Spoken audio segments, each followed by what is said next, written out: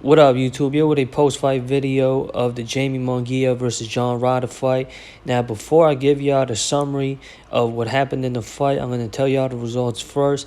Jaime Munguia was able to win this fight via 9th round TKO. This was yet another impressive win on the part of Jaime Munguia, as he is still undefeated now at 43-0.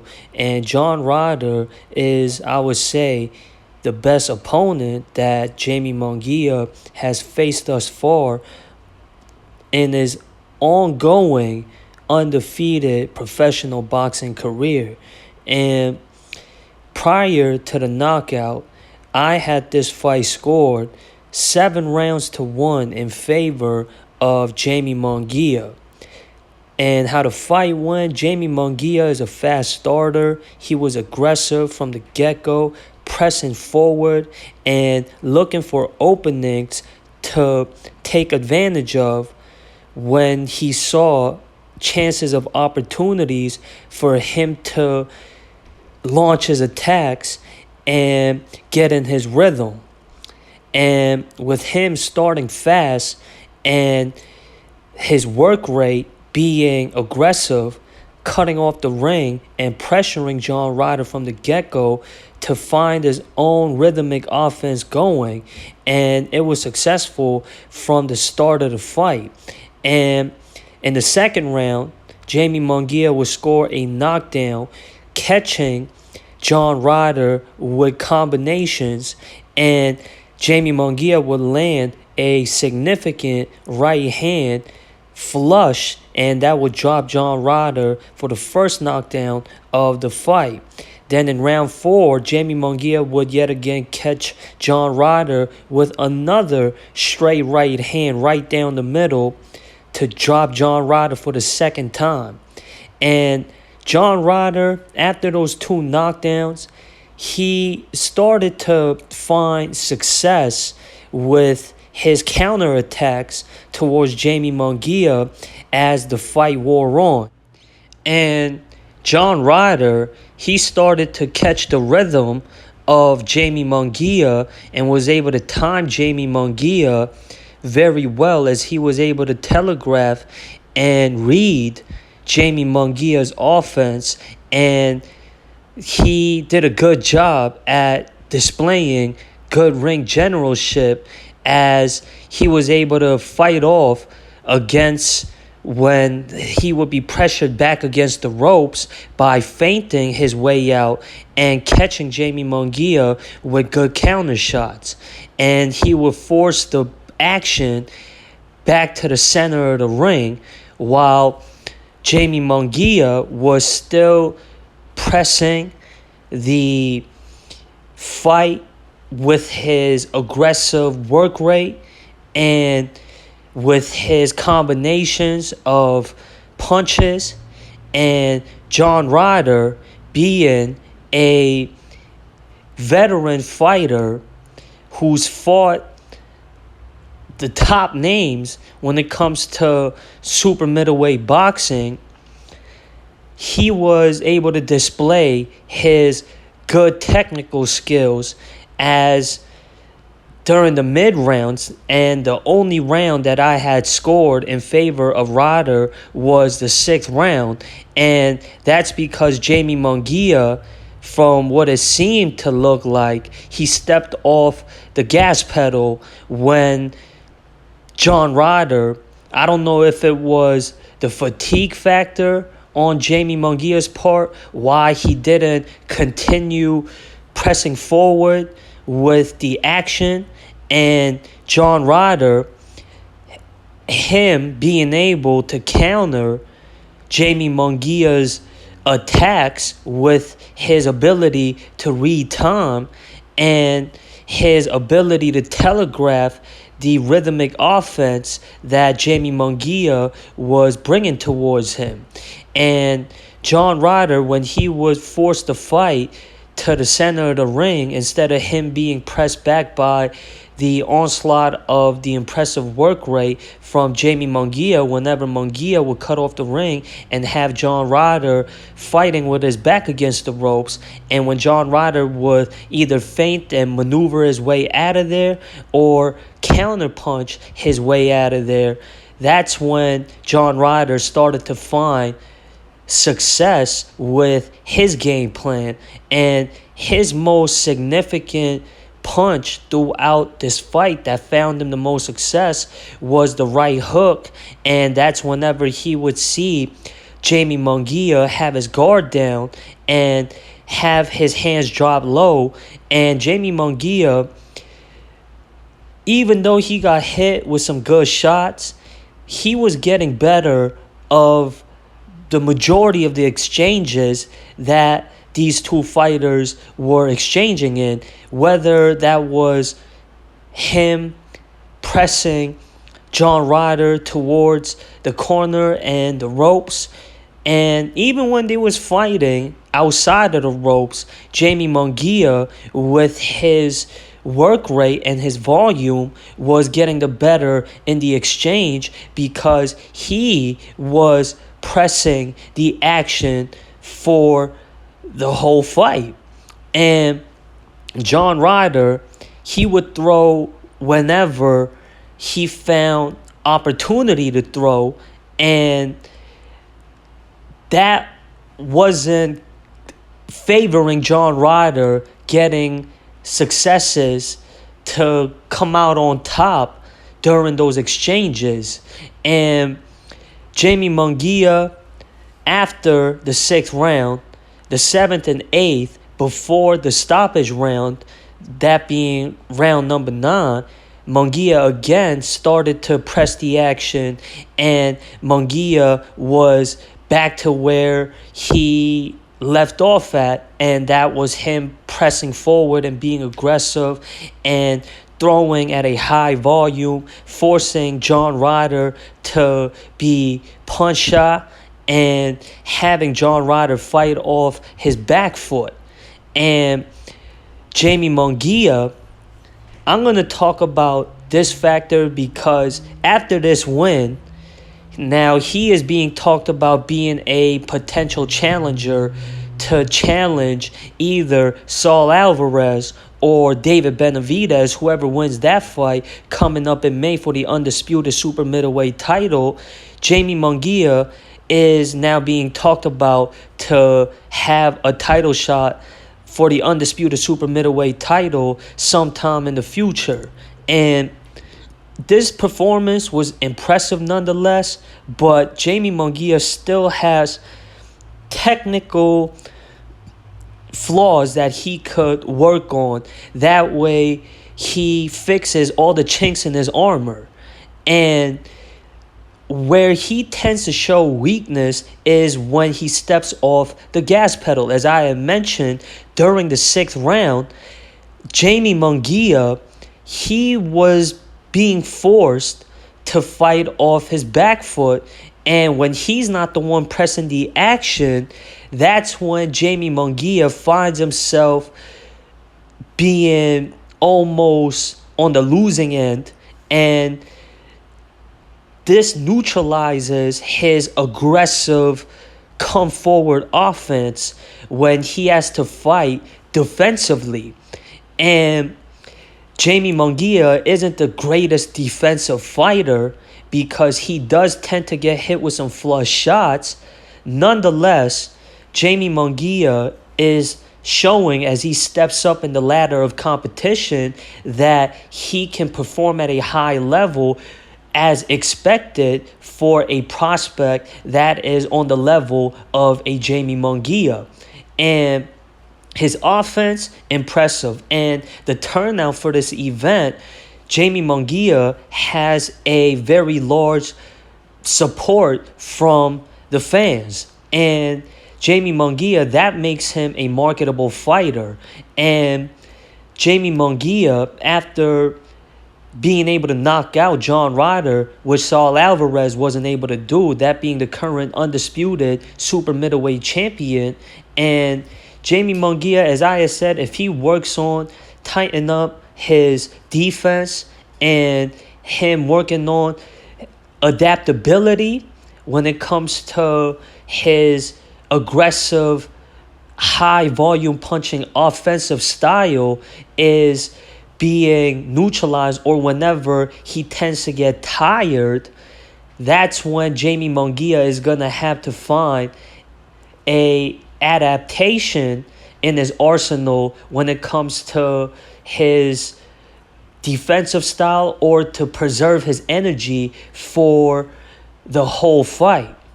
And other than that, Jaime Munguia, he's undefeated, he's well experienced, and with those factors in his advantage, Jaime Munguia can continue doing what he's been doing to get him to the point where he's at right now.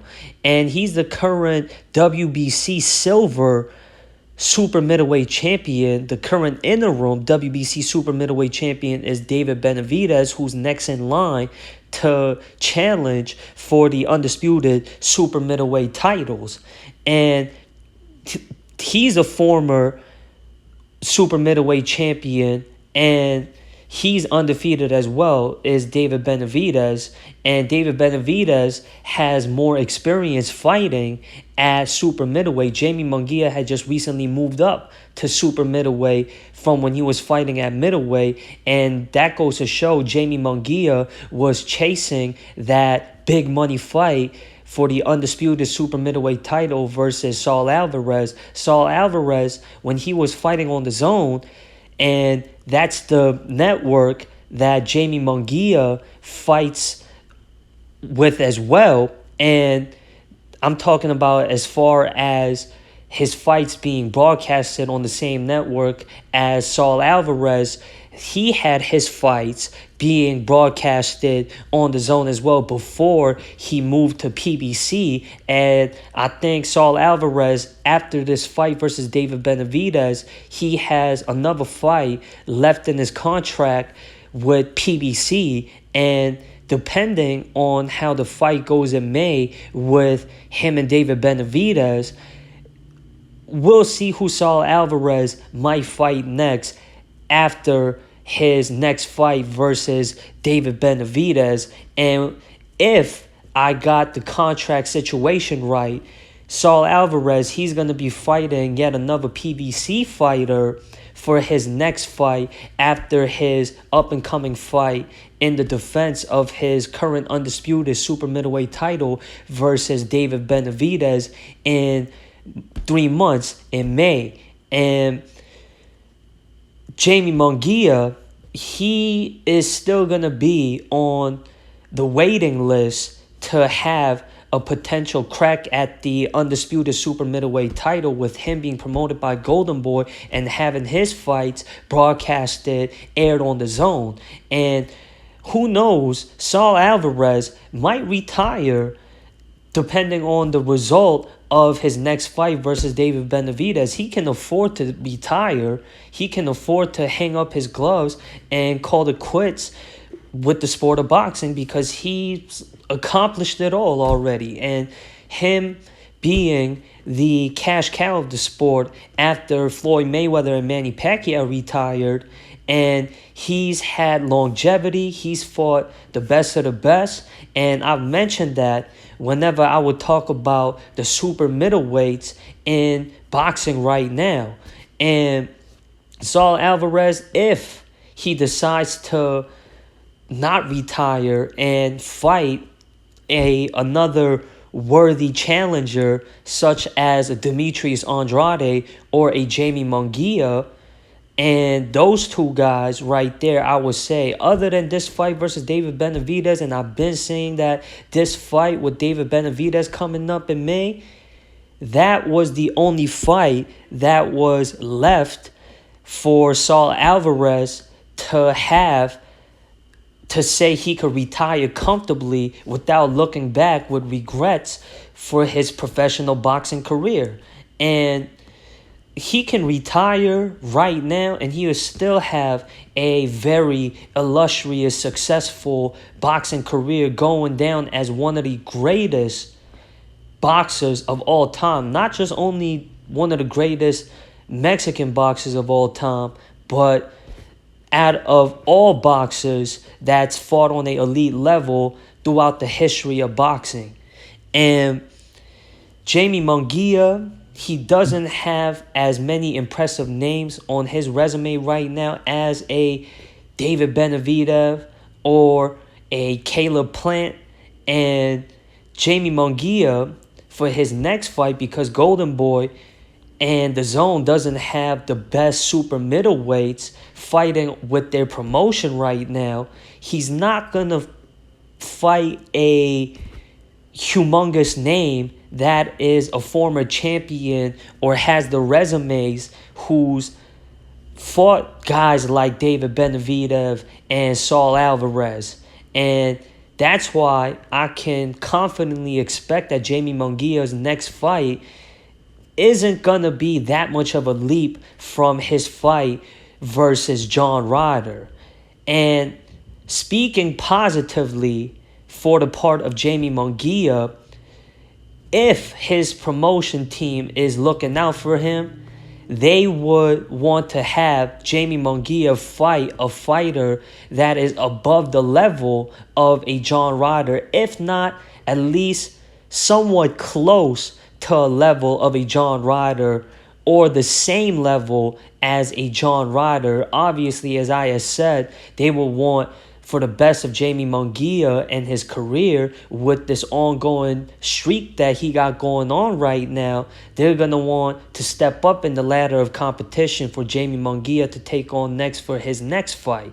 Now, I could name you some guys that are ranked high amongst the title organizations in the super middleweight division. There's a undefeated Canadian fighter by the name of Christian Ambili. He had a impressive performance in his last fight on the undercard to Arthur Beterbiev versus Liam Smith, and he is the #1 ranked contender by the WBC, while Jaime Munguia is ranked the #2 contender according to the WBC. And that would be a good fight to make happen for both guys that are undefeated and ranked high amongst the top 10 contenders in the super middleweight division.